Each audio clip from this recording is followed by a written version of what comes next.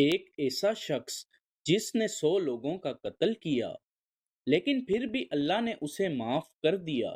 آخر ایسا کیسے ممکن ہوا؟ یہ ایک حقیقی واقعہ ہے، ایک ایسے انسان کا جو گناہوں میں اس قدر ڈوب چکا تھا کہ اس کے دل پر سیاہی چھا چکی تھی۔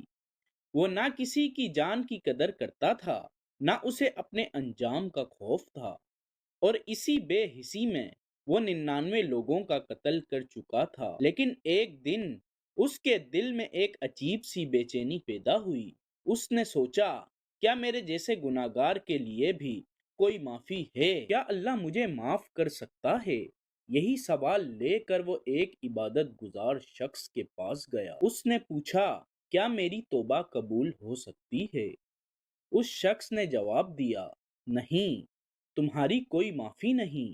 یہ سن کر اس کا غصہ بھڑک اٹھا اور اس نے اسے بھی قتل کر دیا۔ اب اس کے قتل کی تعداد 100 ہو چکی تھی، لیکن اس کے دل میں اب بھی سوال باقی تھا۔ وہ ایک اور عالم کے پاس گیا اور پھر وہی سوال دہرایا، کیا اللہ مجھے معاف کرے گا؟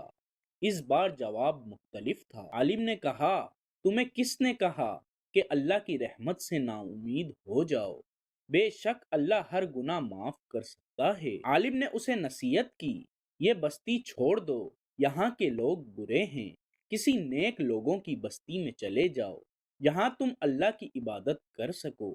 وہ شخص فوراً روانہ ہو گیا، لیکن ابھی وہ راستے میں ہی تھا کہ اس کی موت آ گئی۔ اب ایک عجیب منظر تھا، رحمت کے فرشتے بھی آئے اور عذاب کے فرشتے بھی۔ رحمت کے فرشتوں نے کہا، یہ شخص سچی توبہ کر کے آ رہا تھا۔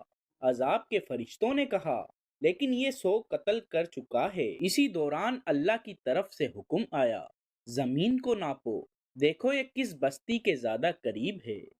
جب زمین ناپی گئی تو وہ شخص نیک لوگوں کی بستی کے زیادہ قریب تھا، اور یوں اللہ تعالی نے اسے معاف کر دیا۔ دیکھا آپ نے، گناہ چاہے کتنا ہی بڑا کیوں نہ ہو، اگر توبہ سچی ہو تو اللہ کی رحمت سب کچھ معاف کر دیتی ہے۔ کبھی بھی اللہ کی رحمت سے نا امید نہ ہو، اور آج ہی سچی توبہ کریں، کیونکہ ہم نہیں جانتے ہماری آخری سانس کب آ جائے۔ کمنٹ میں استغفر اللہ لکھیں۔